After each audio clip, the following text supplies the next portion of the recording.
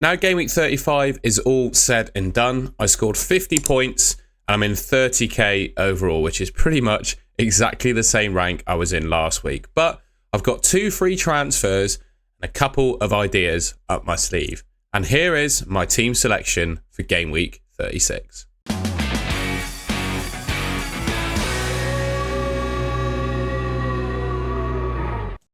So here is my team then, as it's gotten on in game week 35. Like I said, 50 points, 30k overall, pretty much exactly where I was last week.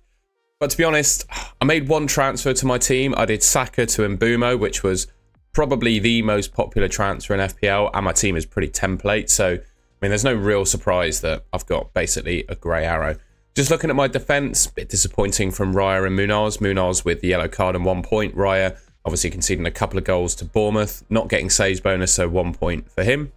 I don't think there's any major desire to move either of those players on because I still think they're pretty good. Just, yeah, this is what it is with their 2 1-pointers. I'm very glad I was convinced to start Guardiola and Ruben Diaz in my defence on my deadline stream. I said this on my transfer plans video, but yeah, I was going into the deadline stream when I started it. I had Saliba in defence against Bournemouth because, I thought Bournemouth's form hadn't been amazing leading up to that game. And Arsenal, I've had a bit of stick for saying that I back the Arsenal defence. I know they concede a fair few goals, but which defence hasn't this league campaign, right? Yeah, anyway, I had Saliba in there. I was convinced to change it to Ruben Diaz, Guardiola, go double Man City defence, which has obviously paid off. 8 points for Guardiola, 7 points for Ruben Diaz. And what I like about the Man City defenders as well is because some of the other defenders that start for Man City, well, they're classed as midfielders in FPL, which means, if I go for the likes of Guardiola and Ruben Diaz, they're more likely to get bonus points if Man City keep a clean sheet.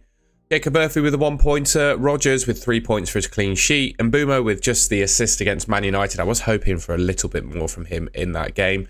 And Salah with a blank, Marmoush with a blank, Mateta with a blank as well. And I think, to be honest, my team was entirely propped up by the Man City clean sheet and Isak. I captained Isak. I believe that, I don't know, I've just not been all that impressed by the Brighton's defence this season. They're a good team, don't get me wrong, but they just have been shipping a fair few goals. So with that in mind, looking at the options I had to captain, I just thought Isak was the best. And, well, up to about 80 minutes, I think, in that game until he got his penalty, I was a little bit worried about things. But ultimately, there was much of a muchness between all the captaincy options, really. I mean, Isak got the goal, and Mbumo with an assist, and Marmoush with the blank. Those were the 3 main captains, and the best one only got 1 attack in return. So at the end of the day, there wasn't a whole lot in it, but you can see there, there would have been a 14-point difference if I captained Marmoush over Isak, so I guess I'm kind of thankful for that. But yeah, I won't go through it in any more detail because I've already talked about it in my transfer plans video. The only other couple of players that hadn't played at the time that I was recording the transfer plans were Munoz and Mateta, but as you can see there, not really much to talk about with the 2 of those. So just looking ahead then at the rest of the season, we literally have 3 game weeks left to go, and I still am saying this on all of my videos. I don't know what I can do with myself in the summer, basically, without being able to make these videos. And when you look through the fixtures, I've identified, I think, 6 teams that have some good fixtures. I think Wolves, Man City, Aston Villa, Brentford, Forest and West Ham, they've all got some decent fixtures coming up. And also, there was a little bit of hope that there would be a double game week in 36 between Villa and Spurs, but that's not come to fruition. So the game has been brought forward to Friday night, so it will stay essentially in game week 37. I think that will change the deadline for game week 37 to a Friday. But what it essentially means is, there's going to be no double game week this week for Villa and Spurs, which would have been a bit crazy, learning about a double game week like 2 days before the deadline.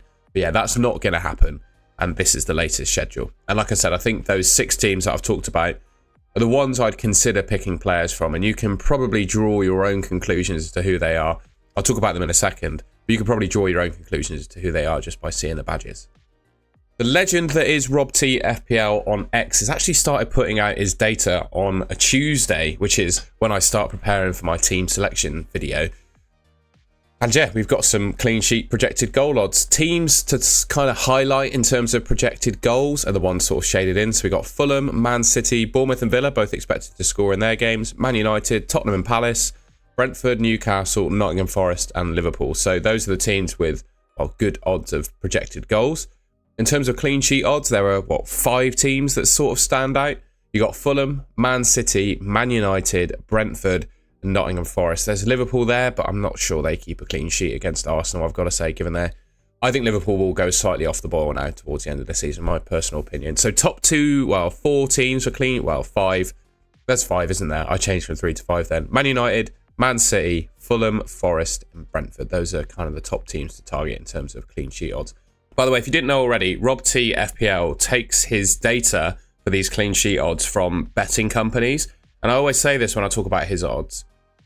Gambling companies invest millions in terms of projecting the outcome of football games, right? So why would you not want to use data that takes what their good work, well, I'd say good, you could question that, but their work, and use it for FPL? So that's what I'm doing here. And this is obviously gambling companies, they're millions of investments in projecting the outcome of football games translated into something that's appropriate for FPL. All right, so now we've got fixtures and we've got clean sheet odds out of the way. I'm staring at my defense for Game Week 36, right? I've got 2 free transfers, 3.2 million in the bank. Right now, I've got Raya as my starting goalkeeper. He obviously plays Liverpool away. And I've also got Areola on my bench, who's got Man United. And despite Raya edging it in terms of expected points according to Fantasy Football Hub, I am somewhat tempted to start Areola against Man United. Yeah, I'll leave that one until the deadline, I think. But that's a decision that I'm kind of umming and ahhing. I'm chopping and changing at the moment in my team. Right now, Raya is starting, but I could quite easily go for Areola. I have to start double Man City defence against Southampton away. And no, my luck, given how well they've done recently, they probably end up conceding to Southampton. But I'm very happy to have Guardiola and Ruben Diaz. I don't think I want to play Saliba. I don't think I want to play Saliba against Liverpool. And I don't think I want to play Concert either.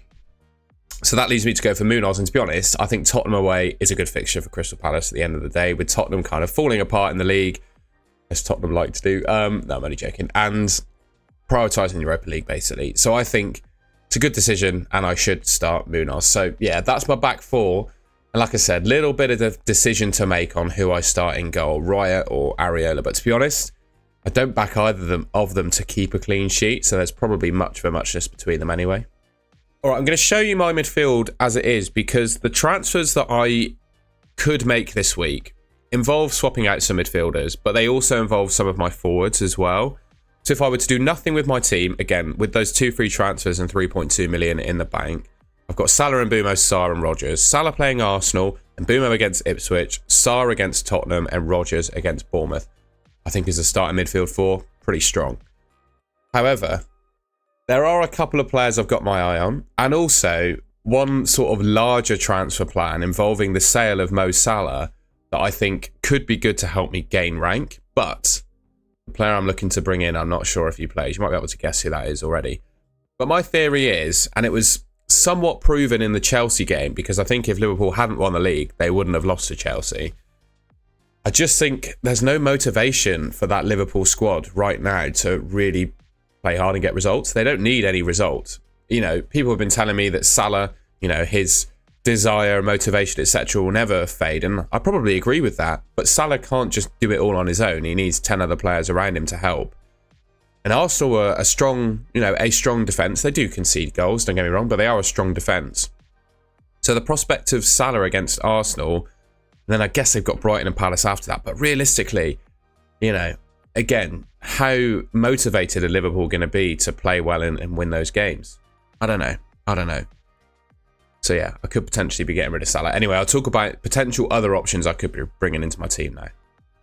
So the first player, and it's part of a double swap, and I'll talk about the second half of that double swap later, is Kevin Schade of Brentford. 3 goals in his last 5 appearances. He's currently 1% owned in the game overall. Comes in at 5.1 million.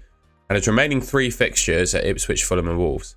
They're 3 good fixtures, a guy that's in good form, dirt cheap, 1% ownership. I don't think I need to say a whole lot more about Kevin Schade.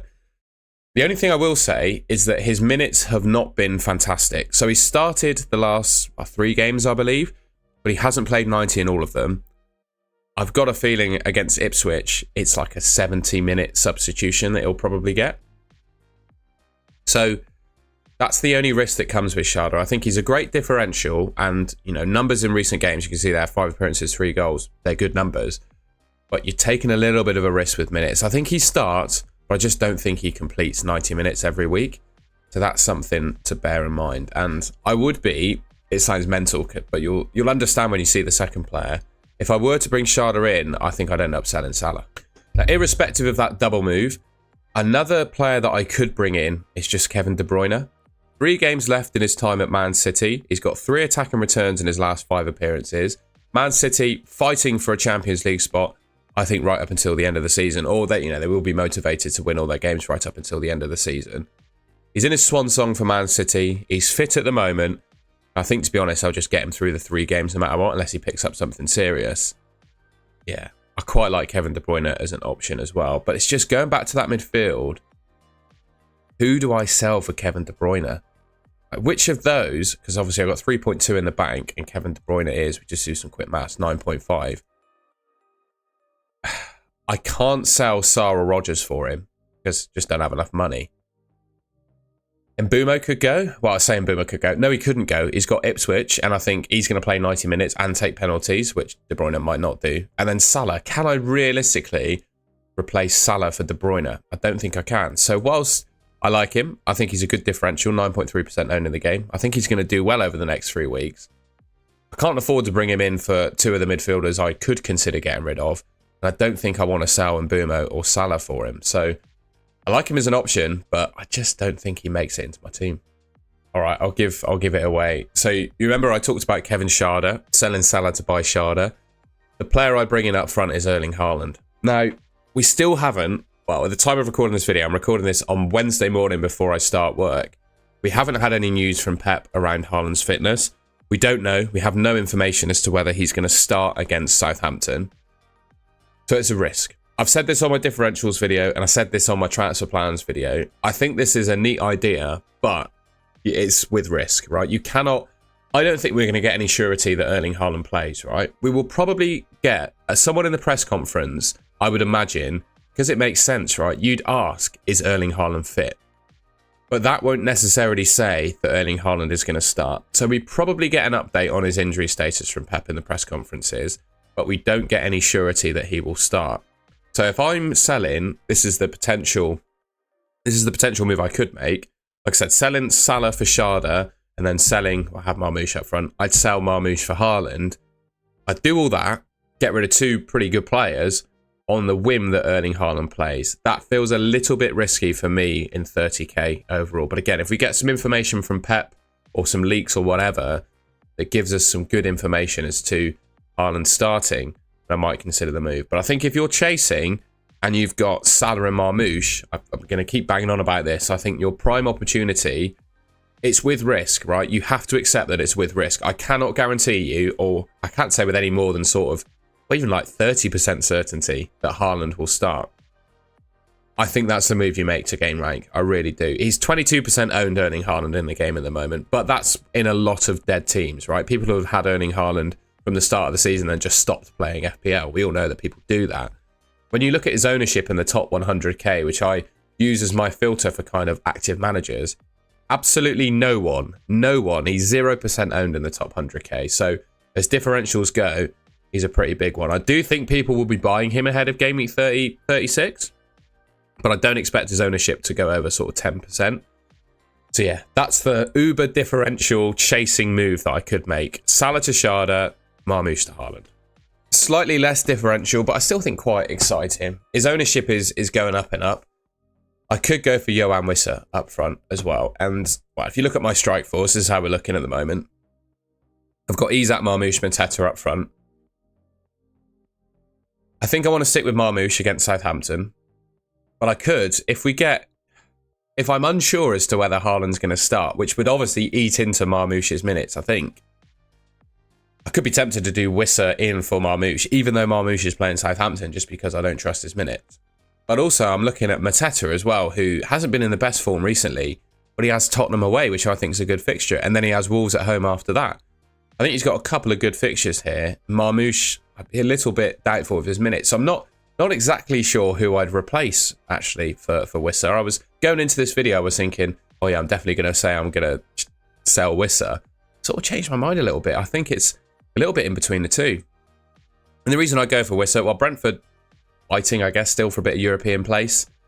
Ipswich, Fulham, Wolves, good set of fixtures. Obviously, the guy's fit. Firing with Mbumo. The Ipswich fixture, I think, is really a game to target. 22 attacking returns from 32 appearances. Still in form right now. There's no real overperformance there of XG. 16.2 XG, 17 goals. So it's not like he's in a purple patch or anything this season. This is the level that Wissa and Brentford have been playing at. So yeah, I'm really convinced by him as an option. It's just, the question is, who do I sell for him? Do I sell Marmoush? Do I sell Mateta? So right now, my team is looking like this.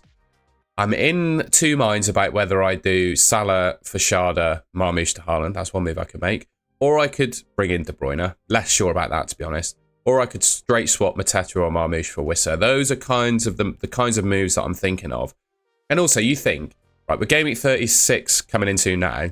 After this week, we'll only have 2 more FPL game weeks. I'm not really going to get, well, I'd like to think that I can survive regardless of injuries with this team. So now is the time to use the transfers, I think, if I want to gain ground. But then the question is, are the transfers actually worth it? You know, does my team significantly improve as a result of making the transfers? That's the question I've got to ask myself. So I know I'm not making any definitive decisions with my team in this team selection video because ultimately, I don't think we have the information yet for me to nail on those decisions. So my deadline stream on Saturday morning, I think, will be quite telling. I will make my final decisions on transfers then, but hopefully that gives you a good idea of where I'm thinking. And like I said, final decisions to come on the deadline stream. And I said final decisions. There's one more decision to make about this team. And again, it's something that I'm really not sure about. I'm sorry to make a team selection video and still be not sure about what I'm going to do. But honestly, it's a bit of a mystery as to who the best captain is this week. So I've got on the left Fantasy Football Hub expected points, and on the right FPL Review expected points.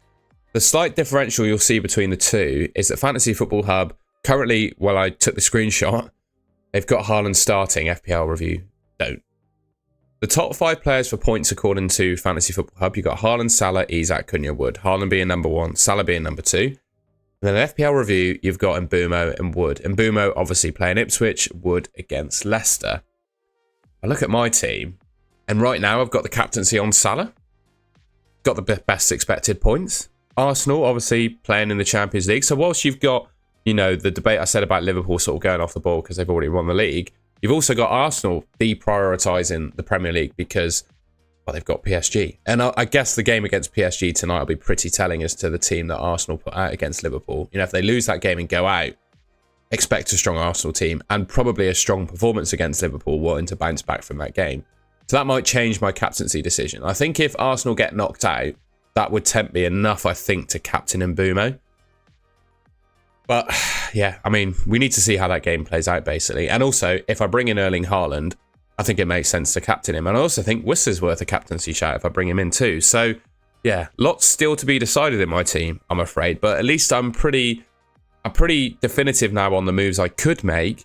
I just think I need more information, more time to pass, and I'll wait till the deadline stream before confirming my transfers. I don't really have enough time to watch other FPL content creators, I'm afraid. I do this channel alongside a full-time job. But it'd be interesting. I think I might watch some other people this week just to see if they've decided on their transfers as well. Because I think it's tricky this week, and I hope you can appreciate that as well. I'm never claiming to be perfect, know exactly what I'm doing with my team all the time. Yeah, we'll wait and see what happens, basically. But I'm nearly there. Final decisions on the deadline stream. All right, well, that's the end of the video. I hope you enjoyed that and found it useful. If you did, please leave me a like rating. I'd be really interested, by the way, if you've got different suggestions for my team that I haven't spoken about in this video, I'd be interested to hear it in the comments. Just be polite about it. That's all I ask. You know, I appreciate people's different opinions. Just be polite about how you deliver it in the comments. And yeah, that's everything. If you enjoyed the video and want to stick around and see more content from me, you can subscribe to the Golden Goal channel, which should be just there on your screen. Felt a little bit rambly this video, and I'm sorry I'm not sure about what I'm doing with my team yet, but it's the nature of the game. You know, these videos are completely honest, my honest thoughts on what I'm doing with my team. I imagine you might be thinking similar this week as well. So yeah, anyway, thank you very much for watching. I'll catch you in my next video.